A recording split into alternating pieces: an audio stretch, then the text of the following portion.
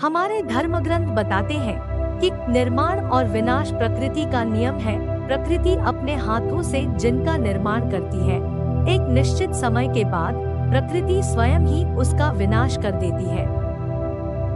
मतलब जिस चीज का जन्म होता है उसका मृत्यु भी निश्चित हो जाता है। इसे ही हम शाश्वत नियम कहते हैं। और यह नियम ईश्वर को छोड़कर ब्रह्मांड में मौजूद हर वस्तु पर लागू होता है, चाहे वह मनुष्य हो या कोई और प्राणी। यह नियम हमारी धरती, चंद्रमा और सूर्य पे भी लागू होता है।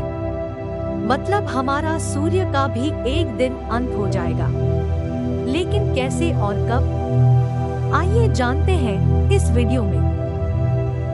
हमारा सूर्य एक विशाल खगोलीय पिंड है। इसका आकार इतना बड़ा है कि इसमें करीब 13 लाख धरती समा जाए, और यह धरती से 3,33,000 गुना ज्यादा भारी है। इसके सतह का तापमान लगभग 5,500 डिग्री सेल्सियस है, और जैसे जैसे सतह के नीचे जाते हैं इसका तापमान बढ़ता जाता है।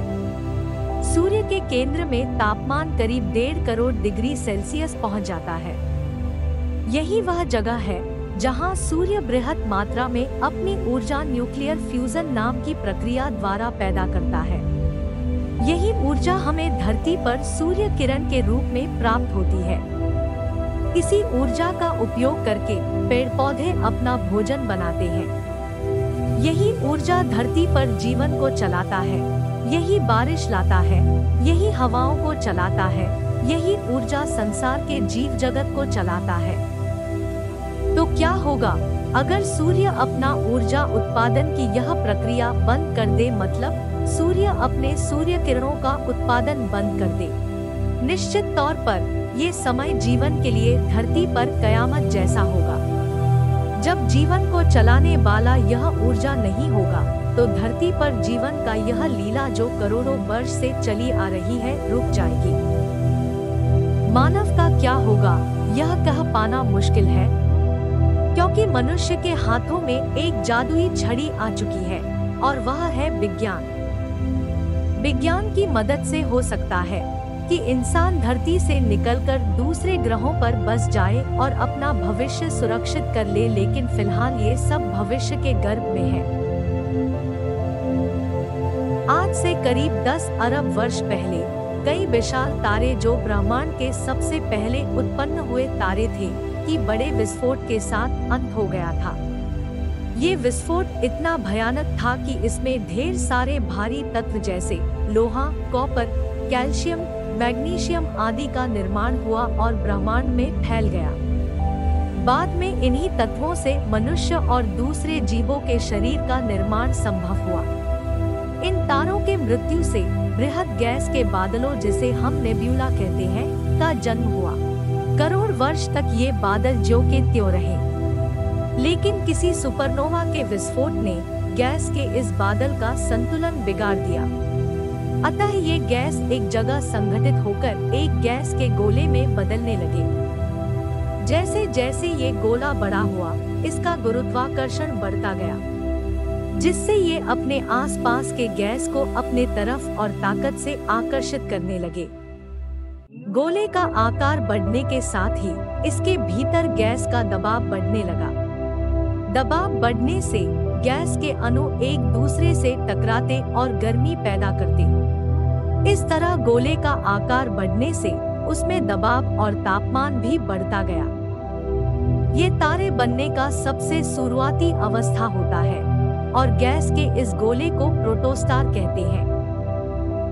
समय के साथ इस प्रोटोस्टार का आकार और बढ़ता गया। परिणाम स्वरूप इसके केंद्र में न्यूक्लियर फ्यूजन की प्रक्रिया शुरू होने के लिए जरूरी तापमान और दबाव बन गए, जिससे न्यूक्लियर फ्यूजन शुरू हो गया। न्यूक्लियर फ्यूजन वो प्रक्रिया होता है जिसमें 2 हाइड्रोजन के परमाणु मिलकर एक हीलियम के परमाणु का निर्माण करते हैं, और इस प्रक्रिया में बड़ी मात्रा में उष्मा और प्रकाश के रूप में ऊर्जा पैदा होती है। इस तरह हमारे सूर्य का जन्म आज से करीब 4.6 अरब वर्ष पहले हुआ। हमारा सूर्य की कुल आयु लगभग 10 अरब वर्ष है। और यह अपना आधा उम्र पार कर चुका है और करीब अगले 5 अरब वर्ष तक यह इसी तरह जलता रहेगा। इसके बाद यह अपने अंत की तरफ बढ़ेगा और यह रोचक और भयानक होगा।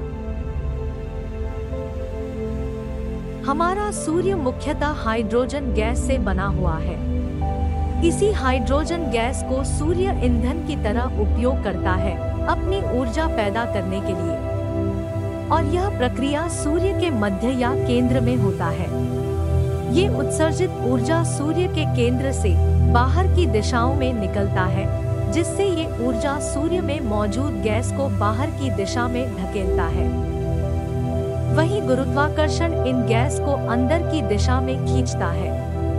इस तरह ये दोनों बल एक दूसरे को संतुलित करते हैं, जिससे सूर्य का आकार व्यवस्थित रहता है।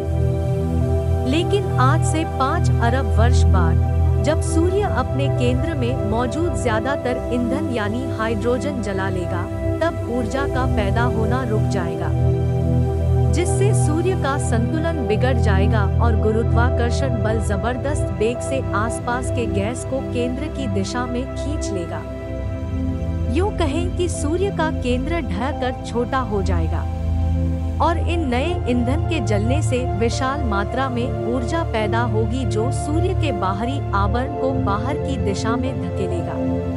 तो जहां सूर्य का केंद्र छोटा होता जाएगा, वहीं इसका बाहरी आवरण बड़ा होता जाएगा। ये इतना बढ़ेगा कि अपने आसपास के ग्रह जैसे बुध, शुक्र, यहाँ तक कि धरती को भी निगल जाएगा। इस तरह से सूर्य एक विशाल लाल रंग के तारे में बदल जाएगा, जिसे हम रेड जायंट स्टार कहते हैं। रेड इसीलिए क्योंकि आकार बढ़ने से इसके बाहरी आवरण का तापमान ठंडा होता जाएगा और जो सूर्य अभी हमें पीले या उजले रंग का दिखता है, वो अब लाल रंग का दिखेगा। धीरे धीरे सूर्य अपने इस बाहरी आवरण को खो देगा। यह आवरण अंतरिक्ष में फैलकर वापस गैस के बादल में बदल जाएगा, जिसे हम प्लेनेटरी नेब्यूला कहते हैं। वहीं केंद्र के ढहने से एक बार फिर दबाव और तापमान के वजह से न्यूक्लियर फ्यूजन की प्रक्रिया शुरू होगी, लेकिन इस बार हाइड्रोजन का नहीं बल्कि हीलियम को ईंधन के रूप में इस्तेमाल करेगा और कार्बन जैसे धातुओं का निर्माण करेगा। यह प्रक्रिया बेहद छोटा होगा, मतलब कुछ ही मिनट का, और हम इसे हीलियम फ्लैश कहते हैं। फिर इसमें न्यूक्लियर फ्यूजन पूरी तरह से बंद हो जाएगा और यह एक व्हाइट ड्वार्फ स्टार में बदल जाएगा, जिसका आकार धरती जितना बड़ा होगा। यह एक मृत तारा होता है। यह कई अरब वर्ष तक आसमान में चमकता रहेगा, फिर धीरे धीरे और ठंडा होकर एक डार्क ड्वार्फ ऑब्जेक्ट या काला और बौना वस्तु में बदल जाएगा। यह अंतरिक्ष में मौजूद तो होगा, लेकिन दिखेगा नहीं। यह अंतरिक्ष के अंधेरे में कहीं खो जाएगा और इस तरह हमारे सूर्य का अंत हो जाएगा। अब जरा कल्पना कीजिए, आज से कई अरब वर्ष बाद कोई नया सिविलाइजेशन इस मरे हुए तारे को ढूंढ लेता है, तो क्या वह इसके इतिहास को पूरी तरह समझ पाएगा? क्या वह यह जान पाएगा कि कभी इसका ग्रहों का भरा पूरा परिवार हुआ करता था? इसके आसपास ऐसे एक से एक हैरतअंगेज ग्रह हुआ करते थे और उन ग्रहों में से एक पर जीवन पनपा था। उस ग्रह पर कई महान सभ्यताओं का उत्थान और पतन हुआ था। कभी उस पर विशाल डायनासोर जैसे प्राणी राज करते थे। क्या मानव नाम का ये प्राणी इस निश्चित मृत्यु को मात देकर दूर अंतरिक्ष में नई सभ्यता बसाएगा? जरा कल्पना कीजिए जीवन के इस कहानी के बारे में। ये कितना रोचक है। और क्या ऐसा हो सकता है कि ऐसे बहुत सारे मरे हुए तारे जो आज अंतरिक्ष में मौजूद हैं, उनमें से कई का ऐसा ही या इससे मिलता जुलता इतिहास हो? ऐसे बहुत सारे सभ्यताएं जो हमारी सभ्यता विकसित होने से पहले ही खत्म हो गई हो? आप क्या सोचते हैं? कमेंट में जरूर बताएं। आशा है कि आपको ये वीडियो पसंद आई होगी। ऐसे ही महत्वपूर्ण एवं रोचक जानकारियों के लिए हमारे साथ जुड़े रहें और चैनल को जरूर सब्सक्राइब करें। मिलते हैं अगले वीडियो में कुछ और महत्वपूर्ण जानकारियों के साथ। धन्यवाद।